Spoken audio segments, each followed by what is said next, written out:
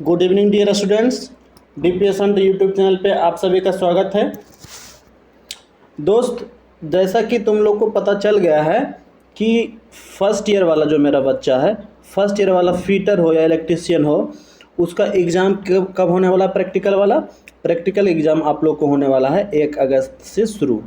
ठीक है, आप लोग को एडमिट कार्ड भी मिलना शुरू हो गया है, कुछ लोग ले भी लिया है और कुछ लोग जाके ले लेगा। दूसरा जो होगा सेकेंड ईयर वाला बच्चा, सेकेंड ईयर वाला बच्चा का एग्ज़ाम कब से शुरू है? आपका 3 अगस्त से प्रैक्टिकल स्टार्ट है। ठीक है, अब देखो, तो ये जब प्रैक्टिकल स्टार्ट हो गया है तो प्रैक्टिकल में हमको एग्ज़ाम देने जाना है, उसके लिए एडमिट कार्ड भी मिल चुका है। तो क्या आप लोग को पता है कि कैसे हम प्रैक्टिकल एग्ज़ाम देते हैं, कैसे कॉपी को लिखना होता है, क्या क्या प्रोसीज्योर को हमको फॉलो करना होता है प्रैक्टिकल एग्ज़ाम में?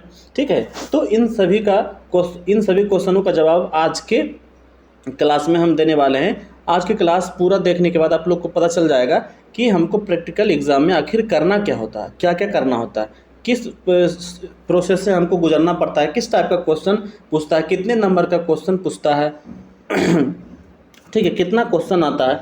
तो इस प्रकार के सवालों का जवाब देने के लिए मैं आपके लिए एक सेशन ले आया हूँ जो सिर्फ फिटर के लिए, फिटर का प्रैक्टिकल कैसे होता है उसके बारे में बता रहा हूँ।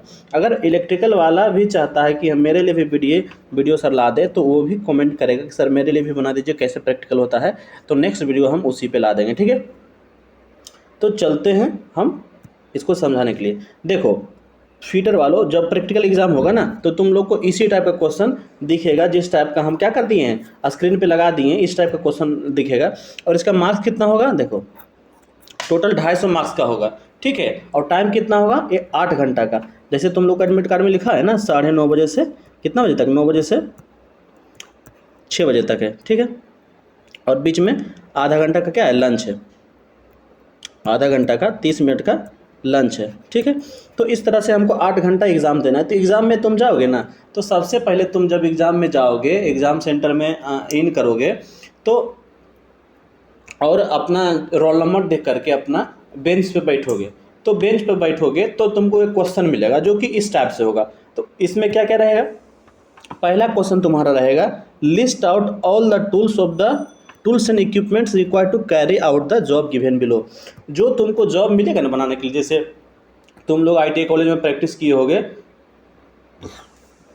कोई भी जॉब बनाने के लिए, जैसे एक कोई जॉब मिला होगा उसमें तुमको ड्रिलिंग करने के लिए मिल गया होगा, कोई जॉब मिला होगा उसमें स्टेपिंग करने के लिए मिल गया होगा कोई जॉब मिला होगा जिसमें तुम लोग को क्या करने के लिए? डॉवटेल फिटिंग करने के लिए मिल गया होगा। इस तरह से देखो ना, डॉवटेल फिटिंग होता है ना,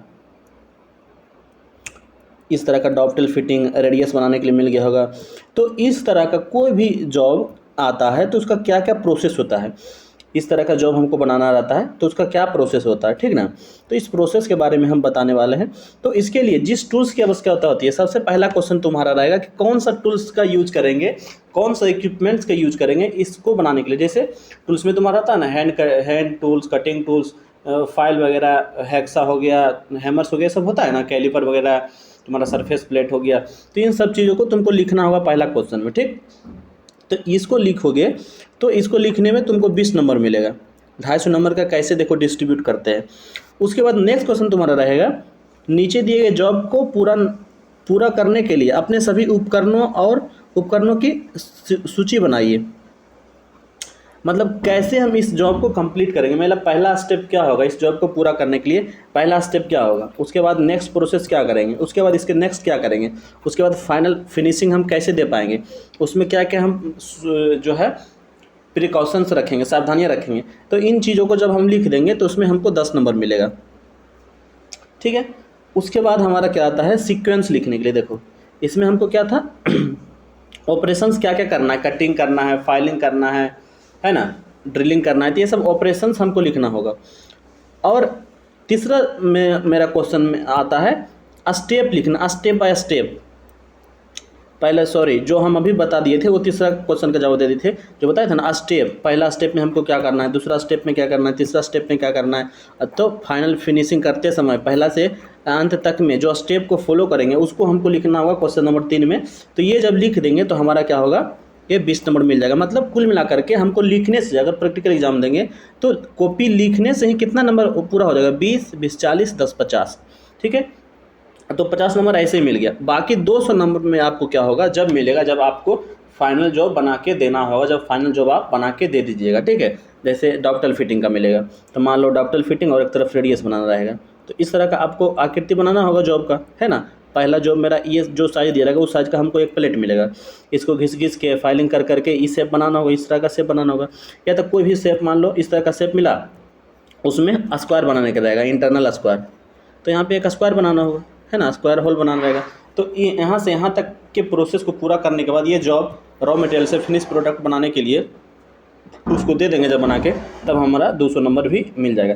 तो आइए हम देखते हैं पहला क्वेश्चन ले करके कैसे कैसे हमको क्या प्रोसेस अपनाना पड़ता है। देखो पहला उसमें हमको लिखना पड़ता है एम, जो हम करते हैं, मेरा उद्देश्य क्या है प्रैक्टिकल में। तो जो भी तुमको जॉब मिलेगा, जो करने के लिए मिलेगा उसी को हम एम मानेंगे। जैसे इस क्वेश्चन को हम उदाहरण के लिए लिए हैं कि मेक इनसाइड स्क्वायर, जो भी मिलेगा हमको जॉब उसमें हमको एक इनसाइड स्क्वायर बनाना है। उस प्रकार तुमको जो भी वहाँ पे मिलेगा उसका तुमको बनाना होगा, make inside square, make a doctor fitting, make a radius, है ना, जो भी रहेगा। तो आज हम जो है इनसाइड स्क्वायर के लिए हैं, तो इनसाइड स्क्वायर का बताएंगे। तो देखो जैसे है ना, यहाँ पे जो तुमको लिए हैं वो क्या है, इनसाइड स्क्वायर है। जैसे तुम्हारा इस टाइप का एक जॉब मिलेगा, ठीक है, कोई वर्क पीस मिलेगा, ठीक है। तो वर्क पीस का लंबाई दिया रहेगा, चौड़ाई दिया रहेगा रॉ मटेरियल का, और उसके बीच में हमको फाइलिंग करके कटिंग करके एक स्क्वायर टाइप का स्लॉट बनाना है। तो उसका देखो रॉ मटेरियल जो रहेगा, रॉ मटेरियल का साइज हमारा ये दिया रहेगा, इतना रॉ मटेरियल का जो साइज हम लेंगे कटिंग करेंगे, इतना बड़ा कोई भी प्लेट है, ठीक है, इतना बड़ा कोई प्लेट है, इसको कटिंग करने के लिए देगा, सभी को हैक से दे देगा, बोलेगा कटिंग करो। तो मान लो तुम्हारा जो साइज रहेगा 70 रहेगा लंबाई या 70 चौड़ाई रहेगा, तो हम क्या करेंगे, 1-1 mm ज़्यादा काटेंगे, क्योंकि फिनिशिंग करेंगे तो फिनिशिंग करने में 1 mm मेरा मेटेरियल खाएगा ना। तो रॉ मटेरियल क्या करेंगे, 70x70 का है, तो हम क्या करेंगे 71x71 का काट लेंगे, ठीक है।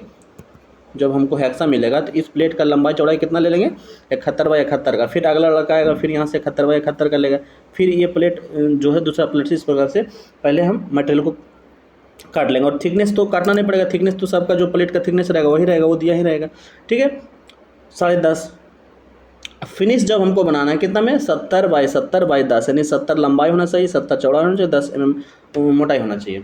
उसके बाद मटेरियल क्या चीज़ का होगा, मटेरियल एमएस फ्लैट, यानी माइल्ड स्टील का एक फ्लैट प्लेट होगा मटेरियल। एल्युमिनियम का नहीं रहता है, ना तो कॉपर का रहता है, ना तो स्टील रहता है, यह क्या रहता है, माइल्ड स्टील रहता है, एमएस फ्लैट का, एमएस फ्लैट। और डेट ऑफ स्टार्टिंग, जिस दिन आप प्रैक्टिकल का शुरू करिएगा तो उस दिन का आपको डेट दे देना है यहाँ पे, और जब आपका प्रैक्टिकल खत्म होगा तो उसी दिन जनरली खत्म हो जाता है, तो उसी दिन का आपको डेट भी मेंशन कर देना है। तो इस तरह से पहला स्टेप आपका पूरा हो जाएगा। क्या चीज़ के बारे में, एम लिख दीजिएगा, ठीक है। एम लिखने के बाद रॉ मटेरियल का size, finish product, material, date of starting, date जैसे बताते हैं ये चीज़ आपको लिखना है, ठीक है। इसका और 2-3 तरीका होता है, लेकिन सबसे आसान तरीका है जो आपको हम क्या कर रहे हैं बता रहे हैं, ठीक है। तो इसको आप लोग जरूर लिख लीजिएगा, स्क्रीनशॉट मार लीजिएगा या तो नोट्स बना के ले लीजिएगा अगर नहीं याद रहे तो।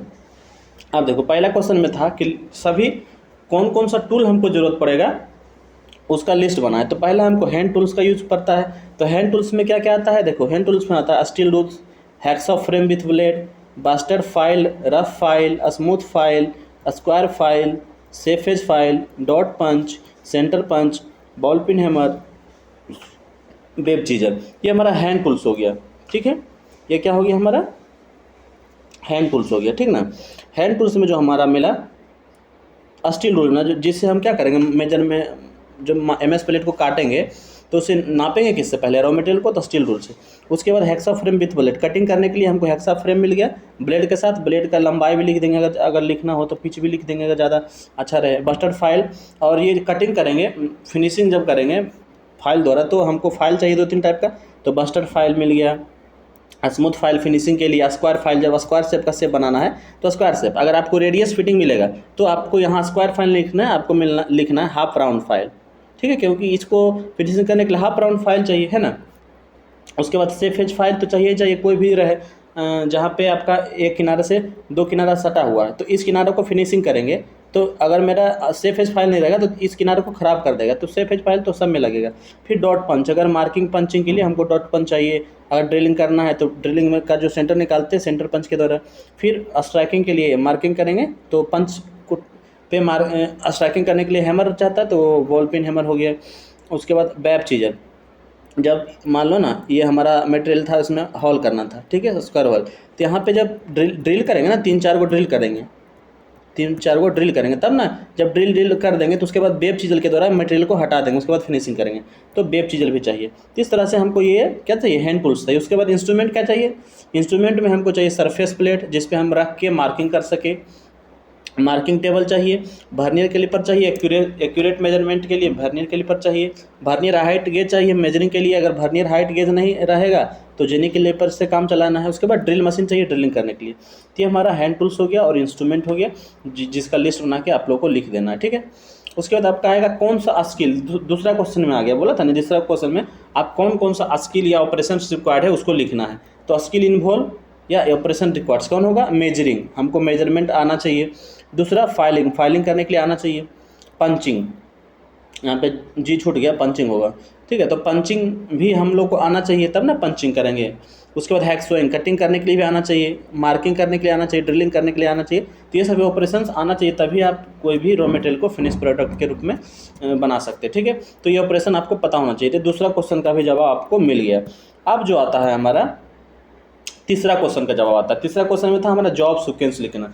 जॉब सीक्वेंस 20 नंबर का था, 30 नंबर का तो हम लिख दिए, टूल्स लिख दिए और ऑपरेशंस रिक्वायर्ड लिख दिए। अब जॉब सीक्वेंस, जब हम फिनिश प्रोडक्ट बनाएंगे तो उसका क्या क्या प्रोसेस होगा, तो देखो पहला जो होता है, सबसे पहले रॉ मटेरियल का साइज स्टील रूल से चेक करेंगे। जो मेरा रॉ मटेरियल मिलेगा उसका साइज हम क्या करेंगे, स्टील रूल से चेक करेंगे। इसको फिगर से भी हम दिखा दिए, देखो जो मेरा रॉ मटेरियल मिलेगा ये हमारा सरफेस प्लेट नीचे का है ना बेस, ये हमारा सरफेस प्लेट है। सरफेस प्लेट पे रख करके क्या कर रहे हैं, ये रॉ मटेरियल का साइज 71x71 का हम काट रहे हैं और उसको चेक कर रहे हैं 71x71 का है। ये पहला प्रोसेस है। उसके बाद हम क्या करेंगे, उसके बाद रफ फाइल तथा स्मूथ फाइल के द्वारा वर्कपीस के सरफेस को फ्लैट और किनारे को स्क्वायर करते हैं तथा एक्यूरेट साइज में बनाते हैं। अब जब हमारा रॉ मटेरियल हमको मिल गया तो रॉ मटेरियल मिलने के बाद क्या करेंगे, रफ फाइल लेंगे और स्मूथ फाइल लेंगे और उसका जो एज रहेगा उसको 90 डिग्री बनाएंगे। जो हमारा वर्क पीस रहेगा ना, तो वर्क पीस ऐसे रहेगा ना, इसका कुछ थिकनेस रहेगा, ठीक है, उसका कुछ क्या रहेगा, ऐसे करके थिकनेस रहेगा। तो इसका जो एज होगा, ये वाला एज रहेगा, तो यह किनारा, ये वाला फेस और ये वाला फेस दोनों एक दूसरे से 90 डिग्री पे बना होना चाहिए, ये हमको श्योर करना है। ये वाला फेस और ये वाला फेस दोनों एक दूसरे से 90 डिग्री पे बना हुआ होना चाहिए, श्योर करना है। ये पूरा फ्लैट है कि नहीं, जो पूरा सरफेस है फ्लैट है कि नहीं, तो इसको फाइलिंग कर करके हमको चेक करना है, किनारे को स्क्वायर बनाना है। ये दूसरा हमारा स्टेप आ गया।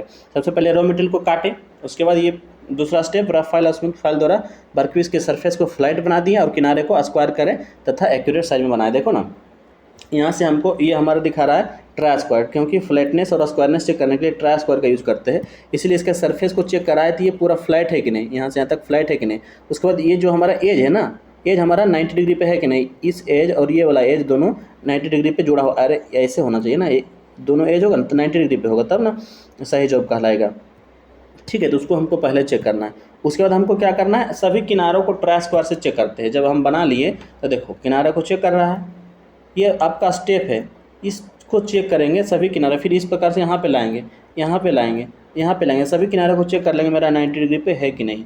जब 90 डिग्री पे होगा तो नेक्स्ट जो प्रोसेस हमारा होगा, नेक्स्ट प्रोसेस में हम क्या करेंगे, जॉब पर मार्किंग मीडिया लगा करके जेनी कैलिपर की मदद से ड्राइंग के अनुसार मार्किंग करेंगे तथा सेंटर पंच और बॉल पिन हैमर से विटनेस मार्क्स लगाएंगे। जब मेरा सब कुछ फिनिश होगा तब हम जो शेप बनाना है, जैसे बीच में हमको स्क्वायर बनाना था तो हम मेजरमेंट करेंगे ना, कहाँ पे था, यहाँ पे हमारा स्क्वायर बनाना है, तो मेजरमेंट करेंगे तो या तो जेनी कैलिपर या तो वर्नियर हाइट गेज से। तो मेरे पास अगर जेनी कैलिपर जनरेट रहता है तो जेनी कैलिपर से आके क्या करेंगे, मार्किंग करेंगे। मार्किंग करके पहले हम तो इस पर मार्किंग करने से पहले हमको मार्किंग मीडिया लगाना होगा। अगर मार्किंग मीडिया नहीं लगाएंगे तो लोहा पे मार्किंग जनरली होता है तो दिखता नहीं है, तो सबसे पहले हम मार्किंग मीडिया लगाते हैं। मार्किंग मीडिया के रूप में आपका पर्सियन ब्लू हो गया, वाइट वाश हो गया, चौक हो गया, तो जनरली चौक रहता है वहाँ पे अवेलेबल। तो थोड़ा सा पानी लीजिएगा, पानी में भिंगा लीजिएगा चौक को, यहाँ पे रगड़ लीजिएगा पूरा सरफेस में, पूरा सरफेस को रगड़ लीजिएगा बढ़िया से, और ये चिकना हो, जब पूरा रगड़ा जाएगा, पूरा इसमें चौक लग जाएगा, तो लगने के बाद इसको हमको क्या करना है, इसमें जेनी कैलिपर के द्वारा मार्किंग कर देना है। जब मार्किंग मेरा हो जाएगा तब हमको पंचिंग कर देना है। पंचिंग कैसे करेंगे?